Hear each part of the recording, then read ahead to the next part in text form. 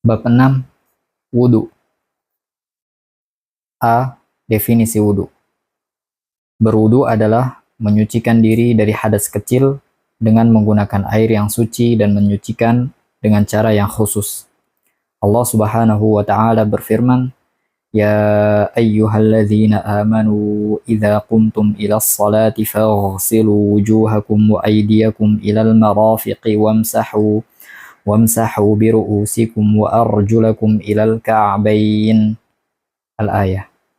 Artinya, wahai orang-orang yang beriman, jika kalian hendak melakukan salat, maka basuhlah wajahmu dan tanganmu hingga sampai siku, dan usaplah kepalamu, dan basuhlah kakimu hingga sampai mata kaki. Disebutkan di dalam hadis, Ruwiya an Anas bin Malik radhiyallahu anhu annahu qala kana an-nabiy sallallahu alaihi wasallam yatawaddau 'inda kulli shalah. Qultu kaifa kuntum tasna'un? Qala yujzi'u ahadana al-wudu'u ma lam yuhdits. Rawahul Bukhari. Artinya, diriwayatkan dari Sayyidina Anas bin Malik radhiyallahu anhuma, sesungguhnya beliau berkata, baginda Nabi Muhammad sallallahu alaihi wasallam melakukan wudu setiap kali salat. Kemudian saya bertanya, bagaimana cara engkau melakukan wudu? Beliau menjawab, cukup dengan satu wudu untuk beberapa salat selagi belum berhadas. Hadis riwayat Bukhari. Dan baginda Nabi Muhammad sallallahu alaihi wasallam bersabda, la yaqbalullahu salata ahadikum idza ahdatsa hatta yatawadda. Muttafaqun alaih. Artinya, Allah tidak akan menerima salat seseorang dari kalian yang berhadas sehingga orang itu mengambil wudu. Hadis riwayat Bukhari dan Muslim. B. Syarat-syarat wudu. Syarat-syarat wudu ada 8, yaitu sebagai berikut. 1. Islam. 2. Tamyiz. Syarat tamyiz ada 2, yaitu mandiri dan umur 7 tahun Hijriyah. 3. Suci dari haid dan nifas. 4. Tidak ada sesuatu yang menghalangi sampainya air ke kulit anggota wudu. 5. Tidak ada sesuatu pada anggota wudu yang akan mengubah sifat air dengan perubahan yang parah. Contoh, jika mencuci wajah menggunakan sabun, kemudian ketika membasuh sabun yang ada di wajah dengan air dibarengi dengan niat wudu, maka wudu tersebut tidak sah karena air yang digunakan berwudu telah tercampur dengan sabun.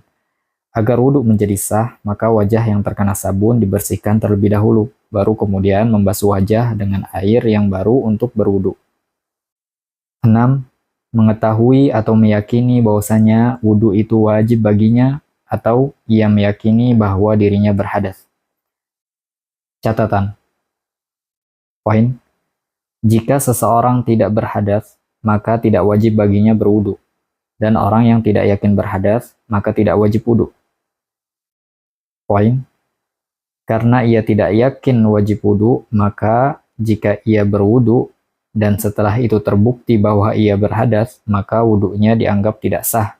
Karena saat berwudu ia tidak meyakini bahwa ia wajib wudu, karena tidak yakin kalau dia berhadas. 7. Tidak meyakini yang fardu itu adalah sunnah.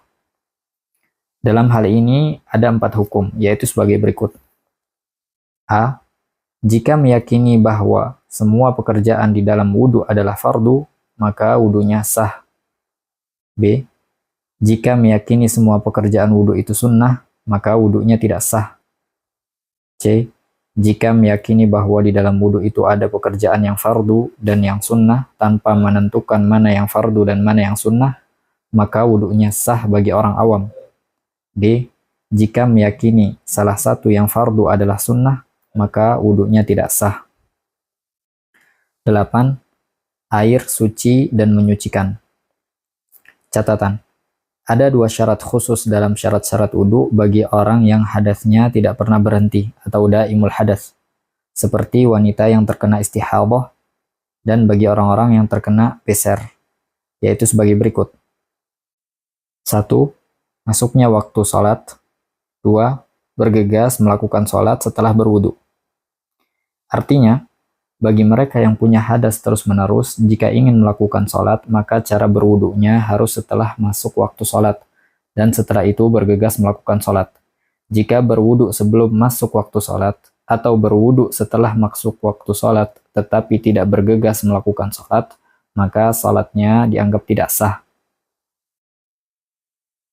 C. Yang membatalkan wudu.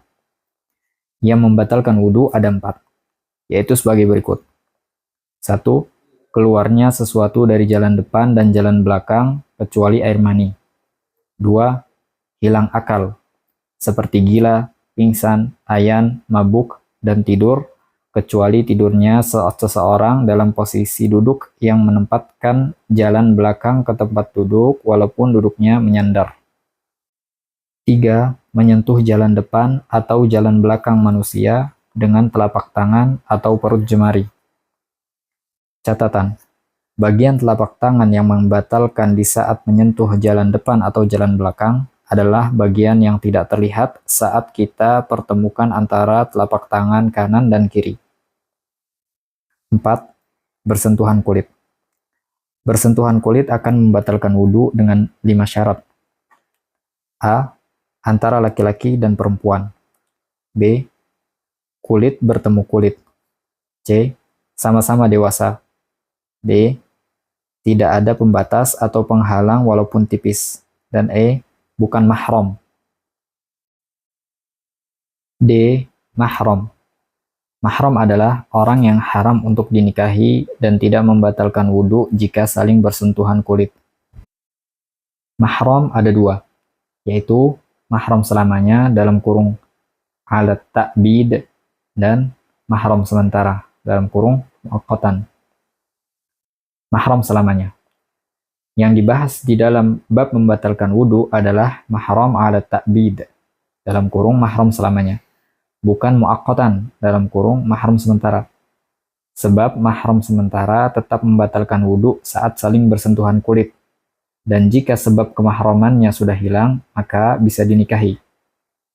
Mahram selamanya disebabkan oleh 3 hal, yaitu nasab, susuan, dan pernikahan. Penjelasan. Mahram karena nasab. Mahram karena nasab ada 5, yaitu sebagai berikut. 1. Asal-usul kita, orang tua kandung kita sampai Nabi Adam atau sampai Siti Hawa. 2. Keturunan kita, sampai hari kiamat. 3. Saudara kita, baik seayah, seibu, seayah saja maupun seibu saja. 4. Saudara ayah dan ibu, dalam kurung paman atau bibi dari ayah atau ibu. 5. Anak saudara, dalam kurung keponakan. Mahram karena susuan. Mahram karena susuan ada 5, yaitu sama seperti mahram karena nasab. Catatan: antara mahram nasab dengan mahram susuan bisa saling bertemu. Contoh, jika seorang bayi disusui oleh seorang perempuan, maka perempuan tersebut adalah ibu susuan sang bayi, dan anak dari ibu tersebut adalah saudara sesusuan bayi tersebut, walaupun tidak menyusu kepada ibunya. Begitu juga jika ada bayi yang lain menyusu kepada ibu tersebut, maka bayi ini akan menjadi saudara sesusuan dengan bayi yang pertama, juga dengan anak-anak dari ibu tersebut. Syarat susuan yang menjadikan mahram ada 3, yaitu sebagai berikut. 1. Bayi yang menyusu belum berusia 2 tahun dalam hitungan kalender Hijriah. 2. Menyusu tidak kurang dari 5 kali susuan. 3. Air susu diambil saat wanita yang punya air susu masih hidup, walaupun air susu tersebut diberikan setelah ia meninggal dunia. Siapakah ayah susuan itu? Ayah susuan adalah ayah yang memiliki air susu ibu tersebut. Artinya, ayah yang menjadi sebab sang ibu mengeluarkan air susu. Contoh, seorang wanita hamil ditinggal oleh suaminya karena dicerai atau meninggal dunia. Setelah masa iddah berlalu, yaitu saat kelahiran bayi, kemudian wanita tersebut menikah dengan seorang pria, dan saat itu dia masih mengeluarkan air susu dan menyusui. maka air susu tersebut dinisbatkan kepada suami yang pertama, bukan suami yang baru. Dan siapapun yang saat itu menyusu kepada wanita tersebut akan menjadi anak susuan dari suami yang pertama. Catatan. Poin. Yang dimaksud dengan 5 kali susuan adalah bayi berhenti menyusu dan melepaskan isapan dengan sendirinya sebanyak 5 kali. Poin. Jika ada bayi yang menyusu pada selain ibu kandungnya, harus dicatat agar bisa diketahui bahwa antara ibu dan bayi tersebut ada hubungan mahram karena susuan. Mahram karena pernikahan. Mahram karena pernikahan ada 4, yaitu 1. Mertua, 2. Menantu, 3. Ibu tiri atau ayah tiri, dan 4. Anak tiri. Catatan. Poin. Jika seorang laki-laki, misal Umar, menikah dengan seorang janda, misal Zainab, yang sudah mempunyai anak perempuan, maka anak perempuan Zainab tersebut akan menjadi mahram dengan Umar dengan catatan jika Umar sudah menggauli Zainab. Poin. Jika seorang laki-laki menikah dengan seorang wanita, maka lelaki tersebut langsung menjadi mahram dengan ibu sang wanita atau ibu mertua, biarpun hanya dengan akad saja tanpa menggauli wanita tersebut. Ketiga macam mahram dalam penjelasan di atas adalah mahram selamanya, yang tidak membatalkan wudhu jika saling bersentuhan kulit. 2. Mahram sementara. Mahram sementara adalah orang yang haram dinikahi, tetapi sifatnya sementara, sehingga tetap membatalkan wudhu jika saling bersentuhan. Maka dari itu, hukum orang yang termasuk mahram sementara sama dengan orang lain atau bukan mahram dalam masalah aurat dan larangan untuk berkhalwat. Artinya, mereka adalah bukan mahram. Mereka hanya tidak boleh saling menikah untuk sementara. Mahram sementara ada 2, yaitu saudari istri dan bibi istri. Disebut mahram sementara karena adanya larangan mengumpulkan istri dengan saudarinya atau istri dengan bibinya dalam satu naungan laki-laki. Jadi yang dilarang adalah jika kakak dan adik atau bibi dan keponakan dinikahi oleh seorang laki-laki dalam waktu yang bersamaan. Contoh, jika seorang laki-laki menikah dengan seorang wanita, maka untuk sementara dia tidak boleh menikahi adik atau kakak dari wanita tersebut. Akan tetapi, jika laki-laki tersebut sudah berpisah dari wanita tersebut, baik karena cerai maupun meninggal dunia, maka ia boleh menikahi adik atau kakaknya. Hukum tato. Tato adalah menanamkan suatu benda asing yang mempunyai warna ke dalam tubuh dengan cara menggoreskan jarum atau semacamnya yang bisa melukai kulit, sehingga warna tersebut bisa masuk ke dalam tubuh, kemudian terjadilah pembekuan darah yang bercampur dengan pewarna tersebut dan tertinggallah gambar yang diinginkan. Rasulullah Shallallahu Alaihi Wasallam bersabda, "An Abdullah bin Mas'udin qala, la'anallahu al-washimat wal mustawshimat." Artinya, dari Sayyidina Abdullah bin Mas'ud radhiyallahu anhu, beliau berkata, Allah Subhanahu wa taala menjauhkan rahmat dari orang yang membuat tato dan minta dibuatkan tato. Hadis riwayat Bukhari dan Muslim. Hukum memasang tato adalah haram jika ada unsur kesengajaan dan setelah mengetahui hukumnya. Apabila tidak sengaja dan belum tahu hukumnya, maka hal tersebut dimaafkan. Tato wajib dihilangkan jika memenuhi 5 syarat berikut. 1. Mengetahui hukum keharaman tato saat meminta dibuatkan tato. Jika saat meminta dibuatkan tato tidak tahu hukumnya, maka tidak wajib dihilangkan. 2. Membuat tato ketika sudah baligh. Jika meminta dibuatkan tato saat kecil atau belum baligh, maka tidak wajib dihilangkan. 3. Tato belum tertutup kulit. Jika tato sudah tertutup kulit atau di dalam kulit, maka tidak wajib dihilangkan. 4. Menghilangkannya tidak menjadikan dia harus bertayamum di saat berwudu atau mandi wajib. 5. Tidak ada manfaatnya. Jika ada manfaatnya, maka tidak wajib dihilangkan. Catatan.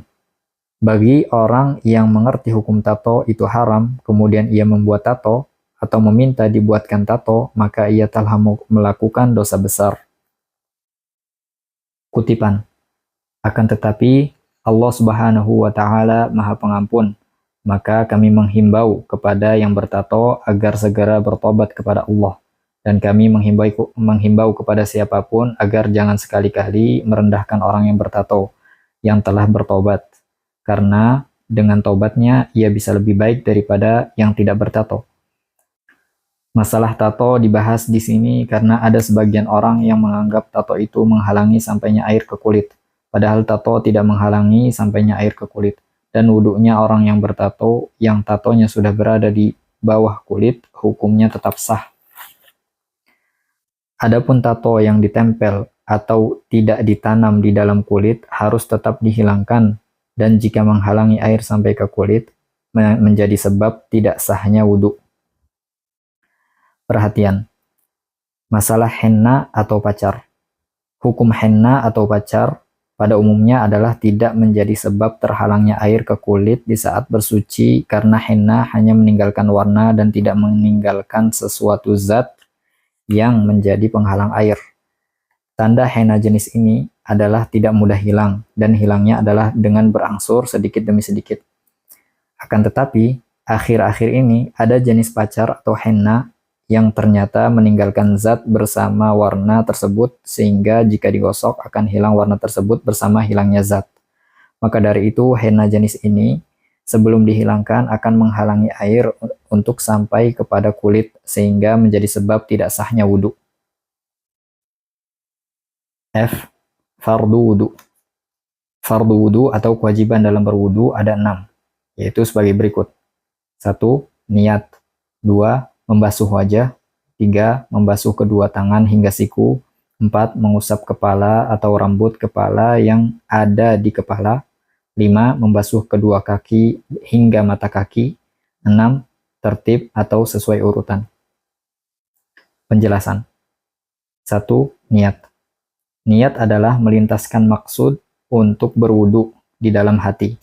Bisa dengan bahasa apapun yang dimengerti, dan tidak harus dengan bahasa Arab. Misal dengan mengucapkan kalimat, aku ingin berwudu, atau aku niat berwudu. Kewajiban dalam berniat adalah menghadirkan niat di dalam hati. Adapun mengucapkan niat dengan lisan, hukumnya adalah sunnah untuk membantu kekhusyuan hati. Yang diucapkan minimal. Dengan bahasa Arab, nawaitul wudu. Dengan bahasa Indonesia, aku niat berwudu. Dengan bahasa apa saja tetap sah. Lengkapnya, nawaitul wudu'a li raf'il hadatsil asghari lillahi ta'ala. Artinya, aku niat berwudu untuk mengangkat hadas kecil karena Allah Ta'ala. Waktu mengucapkan niat. Waktu untuk berniat adalah saat melakukan pekerjaan pertama di dalam wudu, yaitu saat membasuh wajah. 2. Membasuh wajah. Batasan wajah. Memanjang. Mulai dari tempat tumbuhnya rambut kepala hingga dagu depan bagi orang normal. Lebar. Antara tulang lunak telinga kanan sampai tulang lunak telinga kiri di bagian wajah. Catatan. Bagi orang yang berjenggot, apabila jenggotnya tebal, maka cukup membasuh bagian luarnya saja dengan syarat jenggotnya laki-laki dan jenggotnya tebal.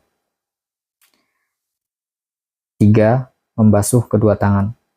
Batasan tangan dalam wudhu adalah dari ujung jemari sampai siku, dan kedua siku termasuk yang wajib dibasuh. 4. Mengusap sebagian kepala. Yang dimaksud mengusap sebagian kepala dalam mazhab Imam Syafi'i adalah mengusap sebagian kecil dari rambut kepala. Yang dimaksud rambut kepala adalah rambut yang berada di area kepala, biarpun hanya mengusap sehelai rambut, itu sudah dianggap sah. Jika ada rambut kepala tetapi tidak di kepala, maka tidak sah mengusapnya. Kutipan. Syarat mengusap adalah cukup dengan membasahi bagian kepala dengan air yang suci dan menyucikan yang berada di telapak tangan untuk mengusap. 5. Membasuh kedua kaki. Batasan kaki adalah dari ujung kaki sampai mata kaki. dan kedua mata kaki harus dibasuh. 6. Tertib. Yang dimaksud dengan tertib adalah membasuh anggota wudhu sesuai dengan urutan yang ada dalam Al-Quran, seperti yang tersebut di atas, yaitu membasuh wajah terlebih dahulu, kemudian membasuh kedua tangan, kemudian mengusap kepala, kemudian membasuh kedua kaki. Maka tidak boleh mendahulukan membasuh kaki sebelum wajah, begitu juga anggota wudhu lainnya. Catatan: kewajiban dalam membasuh dan mengusap anggota wudhu adalah hanya sekali, sunnahnya 3 kali. Lebih dari 3 kali hukumnya makruh jika air itu milik sendiri atau air disediakan bukan hanya untuk wudhu, dalam kurung untuk umum. Jika air khusus diwakafkan untuk wudhu, maka hukumnya adalah haram. Untuk membasuh anggota tubuh, tidak boleh ada sesuatu yang menghalangi sampainya air ke kulit, seperti cat, lakban, plester, getah, jabirah, dan solasi yang menempel. G. Kesunahan wudhu. Kesunahan dalam berwudhu adalah sebagai berikut. 1. Membasuh telapak tangan 3 kali sebelum memulai wudhu. 2. Membaca Bismillahirrahmanirrahim. 3. Berkumur. 4. Beristinsyak. 5. Menggunakan siwak. 6. Menyalakan jemari untuk menyampaikan air ke kulit dagu bagi laki-laki yang berjenggot tebal saat membasuh wajah. 7. Mengusap kedua telinga luar dan dalam secara khusus dengan air baru. 8. Mengusap seluruh kepala. 9. Membasuh 3 kali setiap anggota wudhu. 10. Mendahulukan bagian kanan dari kaki dan tangan. 11. Menggosok anggota wudhu dengan tangan saat membasuh. 12. Berkesinambungan antara anggota wudhu dengan anggota berikutnya. 13. Melebihkan basuhan dari batas anggota wudhu. 14. Hemat dalam menggunakan air. 15. Menghadap kiblat. 16. Menghindari berbicara selain zikir dan doa. 17. Membaca doa setelah wudhu.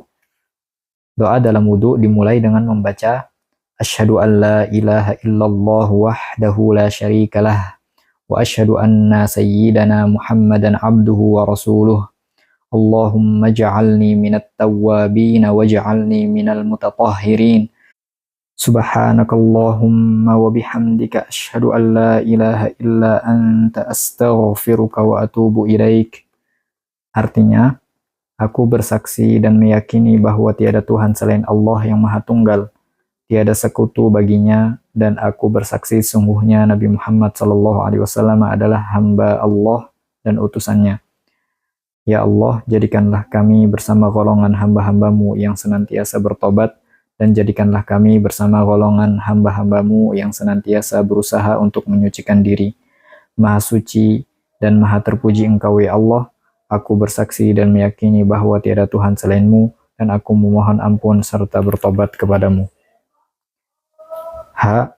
Kemakruhan dalam wudhu. Kemakruhan dalam berwudhu adalah sebagai berikut.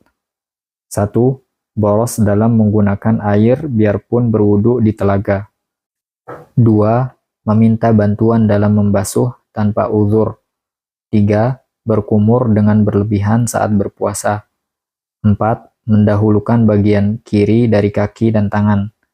5. Membasuh wajah dengan keras seperti menampar.